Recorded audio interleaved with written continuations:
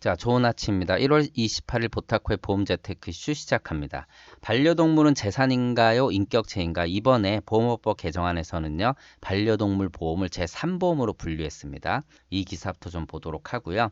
그리고 종합소득을 분석한 결과에 대해서 몇 가지 안내를 해드리도록 하겠습니다. 그리고 너무나 안타까운 사건이죠. 강원 토박 펜션 사건, 그리고 지금 난리가 난 우한 폐렴, 즉 신종 코로나 바이러스에 대해서도 몇 가지 보고 넘어가도록 하겠습니다.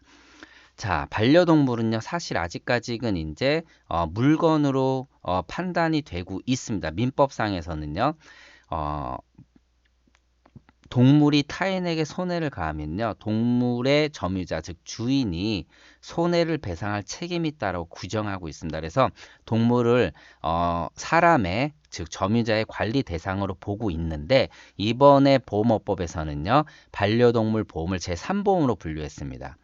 자, 3보험을 분류하게 된 가장 큰 핵심은 사람과는 또 다른 생명을 취급한다는 의미에서 동물보험을 제3보험으로 분류했다라고 합니다. 제3보험이 뭔가요? 자, 제3보험은 생명보험, 손해보험의 성격을 둘 다 갖고 있죠. 그래서 뭐 질병에 걸리거나 재해로 상해를 당했을 때, 또는 질병과 상해가 원인이 돼서 간병이 필요할 때 이를 보상해 주는 게 제3보험이죠. 그래서 제3보험은 생명보험사도 판매하고 있고 손해보험사도 판매하고 있습니다.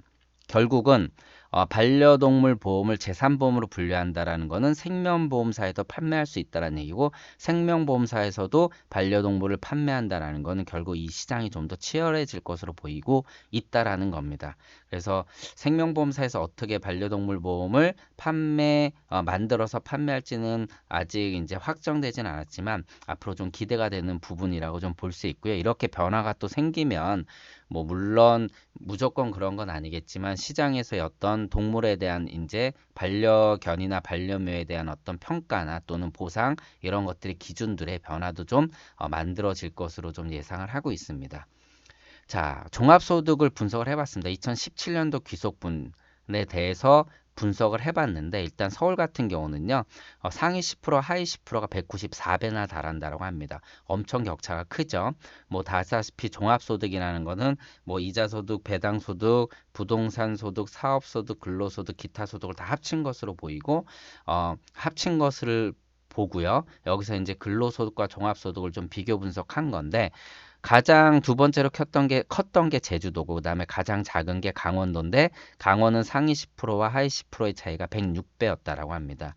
그리고 잘 사는 사람일수록 종합소득이 근로소득보다 높았다. 이 말은 좀 잘못된 것 같아요. 종합소득 안에 근로소득이 포함되어 있었으니까요.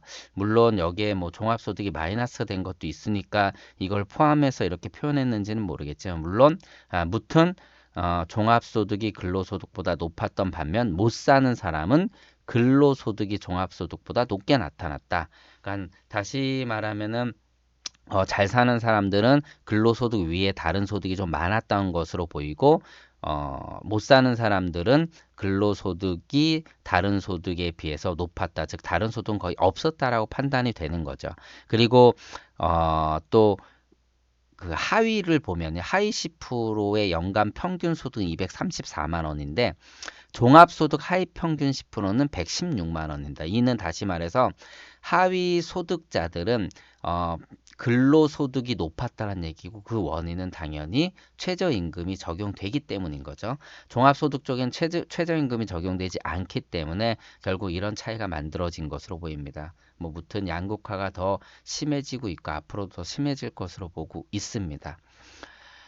너무나 안타까운 사건이죠. 사실 이 펜션에 방문한 이 일가족은요, 그 아들을 잃고 시리에 빠진 셋째를 위로하기 위해서 모였다라고 합니다. 그러니까 더 정말 말도 안 되는 사건이고, 또 이 사건이 그냥 결국은 이 안전 불감증 때문에 만들어졌다라는 게 저는 너무나 이제 뭐 누구나 공감하시기 화가 나는 거죠. 그래서 이런 것에 대한 처벌을 좀 강화해 가지고 이런 일들이 더 발생되지 않게 막아야 될 것 같습니다. 특히 뭐 우리가 늘 얘기하는 뭐 음주운전, 이건 처벌 수위를 높여 가지고 정말 그 시작부터 못하게 해야 됩니다. 정말로 강력하게 만들어서 이러한 법에 대한 처벌 자체를요.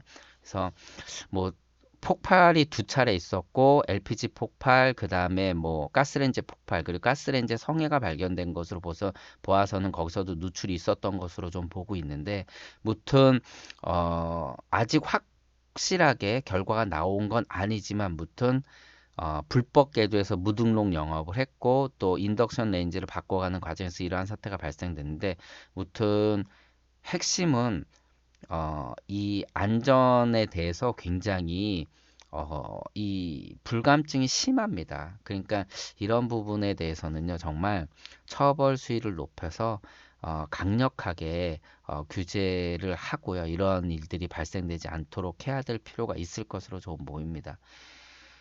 그리고 우한 폐렴 사태, 뭐 난리가 났죠. 지금 우한 폐렴, 즉 신종 코로나 바이러스는요, 메르스보다는 전염성이 강하지만 치사율은 2, 3% 정도 수준이라고 합니다. 뭐 제가 이 사태에 대해서 뭐 신문이나 뭐 SNS 이런 데서 너무나 대대적으로 발표하고 있기 때문에 제가 뭐 따로 뭐라고 이제 말씀드리고 싶은 건 아니고요.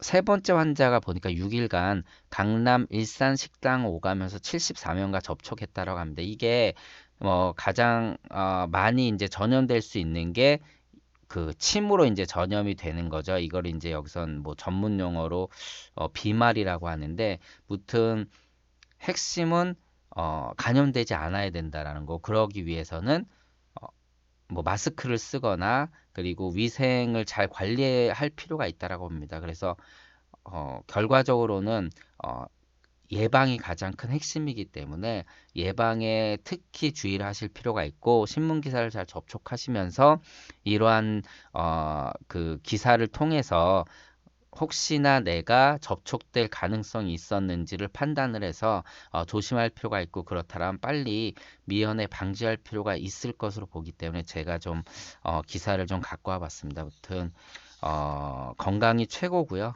건강을 위해서는 늘 예방이 최고이기 때문에 어, 예방에 좀 힘쓰시기를 바라면서 오늘 기사는 여기까지 하도록 하겠습니다. 행복한 하루 되시기 바랍니다. 고맙습니다.